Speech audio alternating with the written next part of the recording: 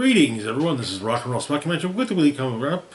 We made it through this week's X-Men books in 2 videos. So let's move on to this week's Avengers books and Venom War books.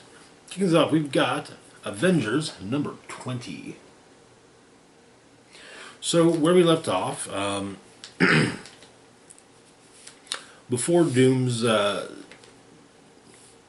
had his chat with the Avengers, Black Panther opted to go into Meridian Diadem, who is basically a living prison, and to see about potentially freeing the inmates. Totally not to avoid talking to Storm, his ex-wife. Totally not. Anyways, so the issue begins in Zone 14 Green of Meridian Diadem. 2 scavengers have managed to scavenge some food from a food dispenser. It's in a zone that is hostile to them. And when they're found by Black Panther. Black Panther manages to stop their pursuers and get an idea of how things are in Meridian Diadem. Basically, in Meridian Diadem, time moves differently.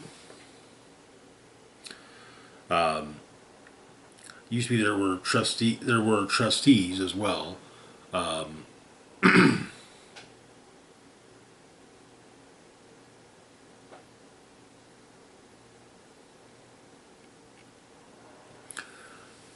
Trustees were prisoners who were converted into trustees.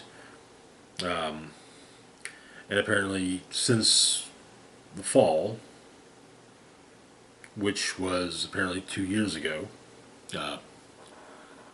inside the prison,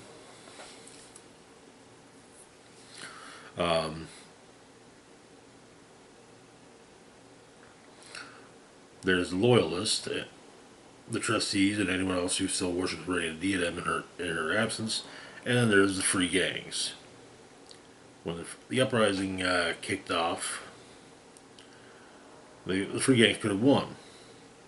There were more of them than there were the trustees, or the loyalists, and they weren't used to thinking about, and the trustees loyalists weren't used to thinking about Meridian Diadem. But the free gangs splintered.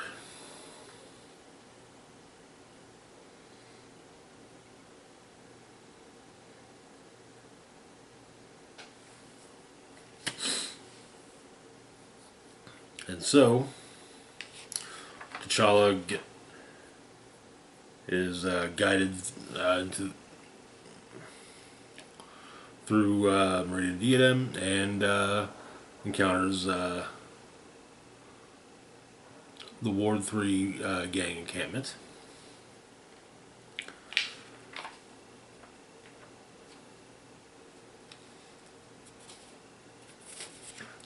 And promptly takes care of the Ward 3 gang leader, basically recruiting all of his gang to Panda's cause. Then Zone 14 Green.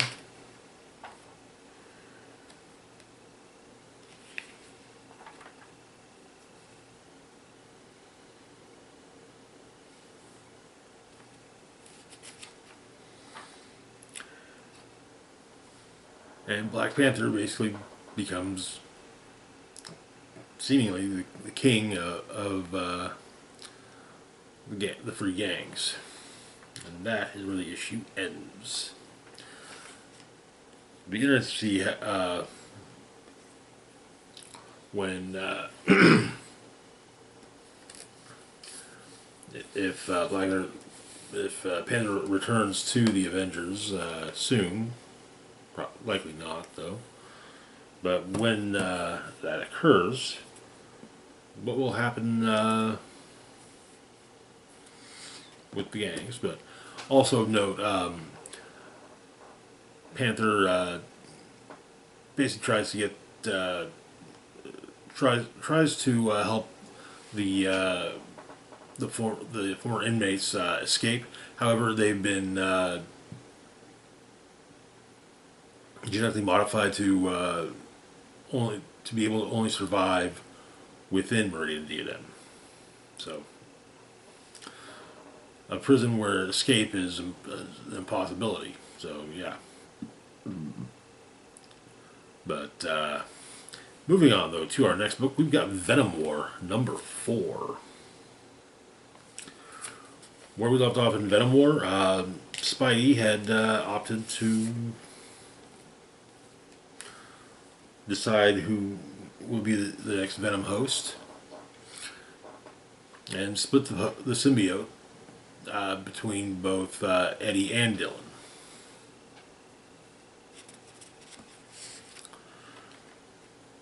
And so the issue opens.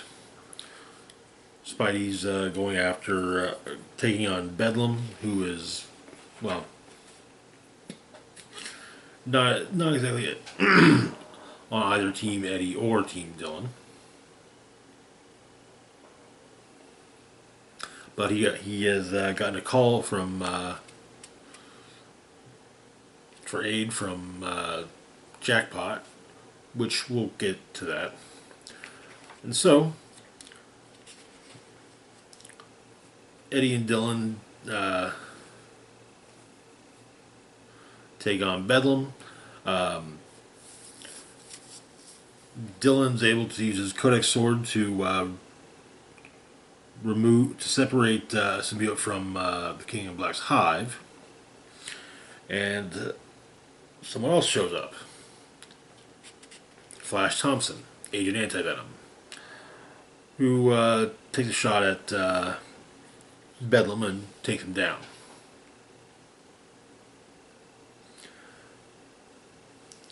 And then the zombiotes attack, managing to convert Sawbones and Crusher to well, zombiotes. And so, but Venom, Anti-Venom, and all the others are kind of overwhelmed at the moment. But elsewhere at Aquamax HQ, Carnage has returned to talk to Meridius after their battle, and offers a wild card to Meridius, because the Venoms have their own wild card, Flash Thompson.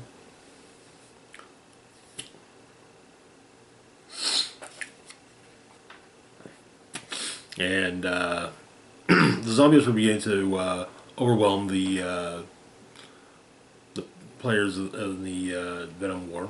But a plan is formed. And basically reforming the original Anti-Venom. And so Eddie is able to make it basically control the zombiotes and dispel them. And so Meridius takes Carnage up on his offer, corrupting the wave of healing that Anti-Venom was had unleashed. and seemingly turning Eddie potentially into Venom, or into Carnage. And so, Dylan realizes there's only one way to stop it, by killing Eddie. And that is where the issue ends. Oof.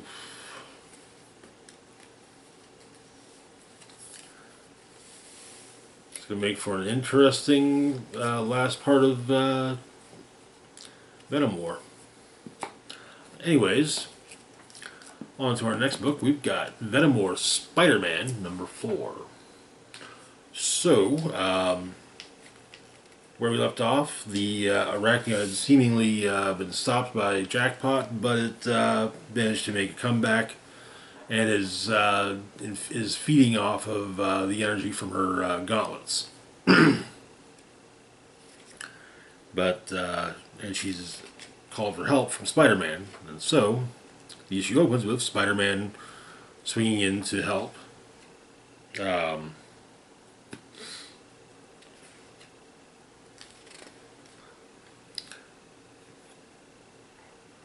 And apparently Spidey's got a slight touch of the Venom symbiote still, or at least contact with it. And the Venom wants the Arachnia to be messed up. So yeah.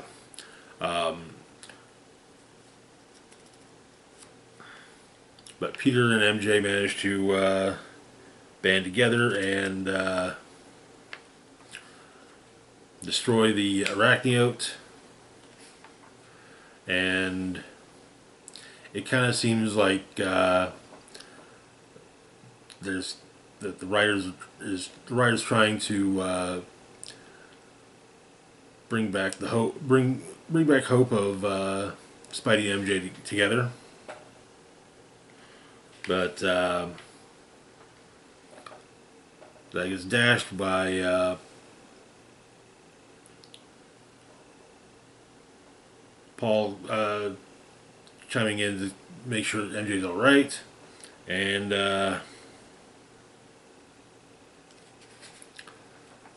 the series ends with Spidey swinging off and considering everything that's happened.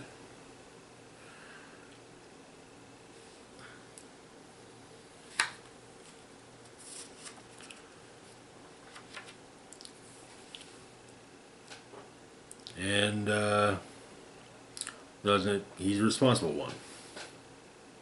And that is where the series ends. Well, I'm all for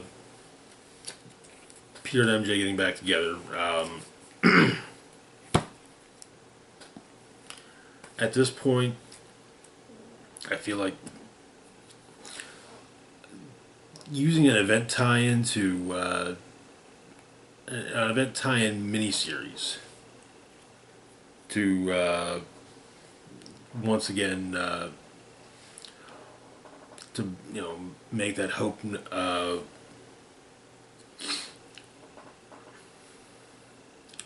big deal is really disingenuous. It's like, yeah, it's highly unlikely that the events of Venom War Spider-Man are going to be referenced in any way after Venom War, but, well, I mean, who knows? Maybe we'll find out. Anyways, that's going to do it for now. As always, feel free to like, share, and subscribe. Links to my Facebook, Twitter, Blue Sky, Instagram, Mastodon, Patreon, and PayPal can be found in the description box down below. Big shout out to Patreon patron Red Bands of Penis. Thank you so much for your support. It is greatly appreciated. This is Rock and Roll Spock signing off saying, live long and rock hard.